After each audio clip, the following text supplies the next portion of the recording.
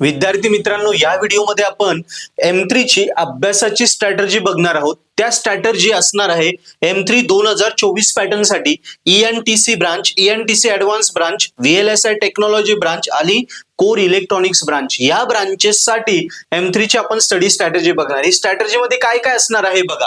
पहिलं तर paper pattern आपला M3 चा 24 पॅटर्नचा कसा असणार आहे, त्याच्यानंतर त्या पॅटर्न मध्ये इम्पॉर्टंट टॉपिक कुठले आहे, नंतर आउट ऑफ मार्क कमीत कमी अभ्यास करून कुठल्या टॉपिकवर फोकस करून आपण आउट ऑफ मार्क घेऊ शकतो आणि कुठले नाही केले तरी आउट ऑफ मार्क भेटू शकता, आणि नंतर ज्याला 2च दिवसात पास व्हायचंय तो त्या इझी पासिंग साठी कुठले सोपे टॉपिक आहे जे कोणीही करू शकतं। सो या सगळ्या गोष्टींवरती आपण ह्या व्हिडिओमध्ये पुढच्या 5 मिनिटात डिस्कशन करणार आहोत। मी एकदा स्ट्रॅटेजी दिली, स्टडीचा प्लॅन तुम्हाला कळाला तर या पद्धतीने M3 चा अभ्यास करा, गॅरंटेड तुम्हाला M3 काहीच येत नाही तरी तुम्ही स्कोरिंग करा।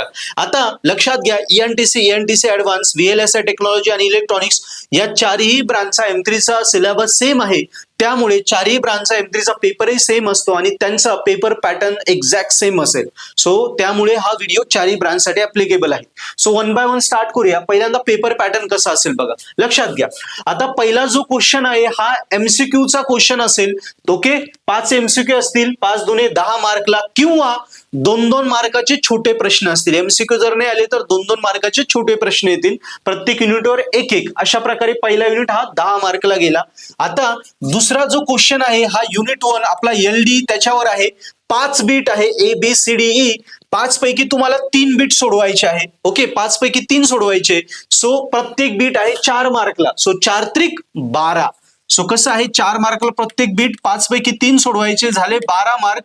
सो 12 मार्कला एक क्वेश्चन आहे। पहिला क्वेश्चन हा युनिट 1 वरती असेल, LD वरती। असे 5 युनिटचे 5 क्वेश्चन आहे, 12 पंचे 60 आणि हे 10 70 मार्क। अशा प्रकारे आपला पेपर पॅटर्न आहे, 12 12 12 12 12 12 पंचे 60, प्रत्येक क्वेश्चनला 4 मार्क, मग 4 त्रिक 12, प्रत्येक ठिकाणी तुम्हाला 5 बीट आहे बघा, 5 पैकी 3 बीट सोडवायचे।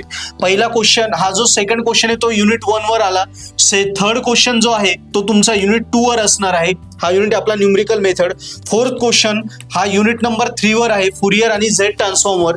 नंतर फिफ्थ क्वेश्चन आहे तो आपला वेक्टर कॅल्क्युलस जो युनिट आहे चौथा त्याच्यावर आहे, आणि 6 क्वेश्चन हा आपला स्टॅटिस्टिक प्रोबॅबिलिटी हा युनिट 5व्यावर आहे। इथपर्यंत क्लिअर झालं। प्रत्येक ठिकाणी तुम्हाला 5 बीट आहे, 5 पैकी फक्त आपल्याला 3 बीट सोडवायचे, आउट ऑफ मार्क पडतात। आता पुढे जाऊया, पॅटर्न क्लिअर झाला। आता आउट ऑफ मार्क पाडण्यासाठी कुठले महत्वाचे टॉपिक्स आहेत जे आपण करायला पाहिजे, ओके, आणि कुठले सोडू शकतो तरी आउट ऑफ मार्क पडतील, ते मी या व्हिडिओमध्ये तुम्हाला आता क्लिअर करतो। लक्षात घ्या, ज्याला आउट ऑफ मार्क घ्यायचे म्हणजे 70 पैकी 60च्या वरती जायचे, 70 पैकी 70 घ्यायचे, पण त्याला सगळे पण टॉपिक नाही करायचे, कारण 2-2 टॉपिक प्रत्येक ठिकाणी ऑरला पडताय। मग कुठले 4 टॉपिक आहे असे केले तर आउट ऑफ मार्क पडतात, ते क्लिअर करूया। बघा, आता पहिला आहे शॉर्टकट मेथड, नंतर व्हेरिएशन पॅरामीटर आणि कॉची लिजेंडरी, हे 3च करा। या दोघं हे खूप टफ टॉपिक, यांना स्किप जरी केलं तरी पहिल्या युनिट मध्ये तुमचे बरोबर 12 मार्क कव्हर होऊन जातात। आता एखाद्याला वाटतंय सर मला चान्स घ्यायचा नाही, मला करायचंच आहे, एखादा टॉपिक एक्स्ट्रा मला राहू द्या, मग त्याने हा D वाला पॉईंट करा, सायमल्टेनियस वाला। इलेक्ट्रिक सर्किट हा खूपच टफ आहे, हा नाही केला तरी चालेल, म्हणजे या 4 पैकी या तिघांमध्ये एखादा जरी अवघड क्वेश्चन आला तर हा ऑप्शनला राहील आणि पूर्ण क्वेश्चन कव्हर होऊन आपले 12 मार्क कव्हर होतील। क्लिअर? आता बघा, सेकंड आहे इंटरपोलेशन, याच्यामध्ये सेकंड युनिट न्यूमेरिकल, याच्यामध्ये बघा न्यूटन सोपा आहे, ट्रॅपेझॉइडल ही 3 रूल आहे, ट्रॅपेझॉइडल रूल, सिम्पसन्स 1/3 आणि 3/8, पण तिघे पण एक्झॅक्ट सेम आहे, टाइप सेम आहे, फक्त फॉर्म्युला वेगळा आहे। म्हणून या तिघांपैकी एक करायला जरी गेले तर तिघं तुमचे हार्डली एक प्रिपेअर केला की दुसरे 5 मिनिटात प्रिपेअर होऊन जातात। ओके, सो हे 2 क्वेश्चन एकदम सोपे। आता राहिला बघा प्रेडिक्टर करेक्ट अँड रँकर, हा आपला रंगाकुत्ता, बरोबर, आणि इथे आहे लॅग्राजेन्स। सो लॅग्राजेन्स पण आहे, हा एक सोपा क्वेश्चन आहे, पण न्यूटन्स आणि ट्रॅपेझॉइडल, सिम्पसन्स या रूल्स पेक्षा थोडा अवघड आहे, कारण त्यात इक्वेशन सॉल्व्ह करावी लागते। कधी जर इक्वेशन सोडवली तर तो टफ होतो, डायरेक्ट 1 ची व्हॅल्यू पुट केली तर मग इझी होऊन जातो। सो हे 3 क्वेश्चन तुम्ही ठेवा आणि तुम्हाला आउट ऑफ मार्क कव्हर होतं। पण एक्स्ट्रा मध्ये काही ठेवायचं असेल तर ही जी युलर्स मेथड आहे ना, ही शक्यतो आपल्याला विचारत नाही, क्वचितच विचारली जाते। मॉडिफाईड युलर विचारता, मॉडिफाईड युलर टफ आहे, त्यामुळे ती स्किप करा। त्यापेक्षा रंगाकुत्तावाला टाइप केला तुम्ही तर जास्त सोपं राहील. रंगगुत्ता मेथड सोपी आहे, प्रेडिक्टर करेक्टर मेथड सुद्धा सोपी आहे, पण 90% रंगगुत्ताच मेथड विचारतात, प्रेडिक्टर करेक्टर विचारत नाही. ओके, लक्षात ठेवा. मॉडिफाईड युलर आणि रंगगुत्ता ह्या दोघी विचारल्या आता काय, या दोघी नाही विचारतात. सो या स्किप करा, हा क्वेश्चन स्किप करा, आरके करून ठेवा एक्स्ट्रा, म्हणजे 3 आणि 1 4 बीट केले आपले आरामात 12 मार्क्स सिक्युअर होऊन जातात. नेक्स्ट आपण हे 2 क्वेश्चन कव्हर करतो. खाली येऊया आता. नेक्स्ट फुरियर झेड मध्ये बघा, फुरियर झेड मध्ये दोन्हीकडे पण इनव्हर्स दिलाय. सो मी सांगेल फक्त इनव्हर्सचा क्वेश्चन अटेम्प्ट करा, आणि इकडे पण झेड इनव्हर्स आणि डिफरन्शियल इक्वेशन हे 3 केले तर आपले 12 मार्क इझिली सिक्युअर होता. बरोबर, हा एक पॉइंट आणि इकडे हे 2. आता हा केल्या इनव्हर्स केल्याचा काय फायदा, इथे इनव्हर्स आहे, इथे इनव्हर्स आहे. फुरियर करायची गरज नाही. फुरियर मध्ये 2 प्रकाराने, एक फुरियर आणि इनव्हर्स. इनव्हर्स सोपा आहे फुरियर पेक्षा, त्यामुळे इथला अवघड गेला तर इथेही कव्हर होऊन जाईल. झाले 4 बीट आपले, आणि हे 2 तर सोपे. इनव्हर्स झेड मध्ये 2 मेथड येतात, एक पार्शियल फ्रॅक्शन आणि दुसरी येते पार्शियल फ्रॅक्शन आणि दुसरी येते इन्व्हर्जन इंटिग्रल. लक्षात ठेवा, इनव्हर्स झेड मध्ये 2 मेथड आहे, पार्शियल फ्रॅक्शन आणि इन्व्हर्जन इंटिग्रल. त्या दोघं मेथड आणि डिफरन्शियल इक्वेशन मेथड, यात किती झाल्या 3 मेथड, आणि इथे इनव्हर्स फुरियर. बस 4 बीट केले. झेड ट्रान्सफॉर्म करायची गरज नाही एवढा मोठा, फुरियर ट्रान्सफॉर्म एवढा मोठा करायची गरज नाही, तरी 12 मार्क्स सिक्युअर होता. आता वेक्टर मध्ये येऊया बघा. वेक्टर मध्ये सगळ्यात सोपे डायरेक्शनल डेरिव्हेटिव्ह, इरोटेशनल, हे 2 सोपे पॉइंट आहे, त्याला स्केलर पोटेन्शियल म्हणतात. सो हे 2 सोपे पॉइंट आहे. इथे 8 मार्क्स सिक्युअर होता. राहिला आता 4 मार्क्स साठी बघा. पुढच्या 4 मार्क्स साठी एक तर तुम्ही हे 2 करा, स्टोक्स थेरम किंवा गॉस डायव्हर्जन्स थेरम, हे 2 सोपे आहेत.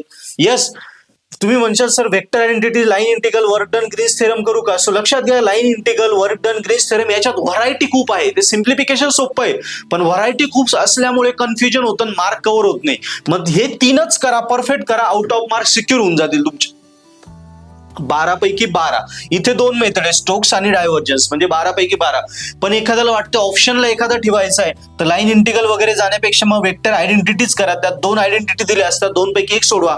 10-12 प्रश्न आहे, मी आपल्या पर्पल ऍप मध्ये पण सॉल्व्ह करून दिले. ते 10-12 प्रश्न म्हणजे प्रूफ आहे, ते केले. त्यातलं एक तुम्ही आरामात सॉल्व्ह करू शकता. आरचे गणित असतं, स्मॉल आरचे. आता राहिलं लास्ट स्टॅटिस्टिक प्रोबॅबिलिटी मध्ये बघा, सगळ्यात सोपं कोरिलेशन, नंतर coefficient of variation, moment skewness, kurtosis, हे कोरिलेशन, रिग्रेशन, हे 3 सगळ्यात सोपे प्रश्न. आता ऑरला एक्स्ट्रा ठेवायचा असेल तर हा घ्या. बायनॉमियल पॉइझन्स पेक्षा मग हे सोपे, नॉर्मल डिस्ट्रीब्युशन आणि chi square. This 2 are very easy. Last question आहे, लास्ट क्वेश्चन सांगतो मी. ई सोपा आहे बायनॉमियल पॉइझन पेक्षा. लास्ट क्वेश्चन जो आहे हे नॉर्मल डिस्ट्रीब्युशन आणि चाय स्क्वेअर टेस्ट, हे सोपं आहे. हे 4 बीट केले, आउट ऑफ मार्क आपले सिक्युअर होऊन जातात. क्लिअर झालं, out of mark strategy clear झाली. आता पुढे येऊया. नेक्स्ट स्ट्रॅटर्जी आहे आपली या 2 मुलांसाठी ज्यांना IMP पाहिजे, फक्त मोस्ट IMP टॉपिक्स, आणि किंवा 2 दिवसात पास व्हायचं. मग 2 दिवसात पास व्हायचं तर फक्त IMP करणं आहे. सो हा व्हिडिओ पॉज करून बाकीच्यांनी लिहून घ्या. आता मी जस्ट बाकीच्यांनी पण हा व्हिडिओ पुढचा बघायचा, कारण जे IMP देणार आहे ते पेपरला तुम्हाला येणार, म्हणजे येणारच आहे ना. सगळ्यात सोपं आहे, म्हणजे 40 ते 50 मार्कापर्यंत तुम्हाला पडू शकता. या बाकीच्यांना इथे 60 ते 70 मार्क पडतील, पण 60-70 वाल्यांनी पण समजून घ्या की 40 ते 45-50 मार्क कुठले फिक्स टॉपिक आहे, सगळ्यात सोपे ते आपल्याला करायचे, ते आधी करा, मग बाकीचं एक्स्ट्रा करून ठेवा. आणि ज्याला फक्तच पास व्हायचं त्यांनी हे 40, 45, 50 मार्काचे टॉपिक करा. सो आता हे मी तुम्हाला सांगतो बघा कुठले करायचे, लक्ष द्या. फक्त मोस्ट IMP टॉपिक आता इथे क्लिअर करतोय बघा. पहिला क्वेश्चन तर सगळेच करणार आहे. पहिल्या युनिटमध्ये फक्त व्हेरिएशन पॅरामीटर सगळ्यात सोपं आहे, मग बाकीचं अवघडच आहे त्या मानाने म्हटलं तर. इथे आपले झाले 10 मार्क आहे, बरोबर. इथे 10 पैकी समजा तुमचे 3 बरोबर आले, 6 मार्क इथे आले, इथे 4 आले, 6 आणि 4 10 मार्क. ज्याला जस्ट 2 दिवसात पास व्हायचे किंवा मोस्ट IMP टॉपिक सांगतो, बाकीचे टफ आहे. सगळ्यात सोपे आणि मोस्ट IMP सांगतोय मी. IMP म्हणजे त्यात असंही म्हणता येईल सगळ्यात सोपे असे पण सांगतोय मी, बरोबर. नेक्स्ट इकडे बघा, याच्यात ऑप्शन नाही सोडायचं. न्यूटन सोपा आहे, ट्रॅपेझॉइडल सोपा आहे, हे 2 सोपे, आणि एक आरके करून टाका आपल्याला एक ऑप्शन मध्ये. लॅग्रांजियन्स पेक्षा आरके सोपा आहे, हा एक ऑप्शन मध्ये राहू द्या. इथे 12 मार्क आपले सिक्युअर होऊन जातात. नेक्स्ट इकडे आला तर झेड इनव्हर्स आणि डिफरन्शियल इक्वेशन. झेड इनव्हर्स मध्ये 2 मेथड आहे, पार्शियल फ्रॅक्शन, इन्व्हर्जन इंटिग्रल आणि डिफरन्शियल इक्वेशन, ही मेथड करायची. सो इथे 8 मार्क सिक्युअर झाले. नेक्स्ट इकडे बघा, डीडी करा, इरोटेशन करा, हेच 2 सोपे, 8 मार्क सिक्युअर होऊन जातात. इकडे आले, आता हा सोपा चॅप्टर आहे.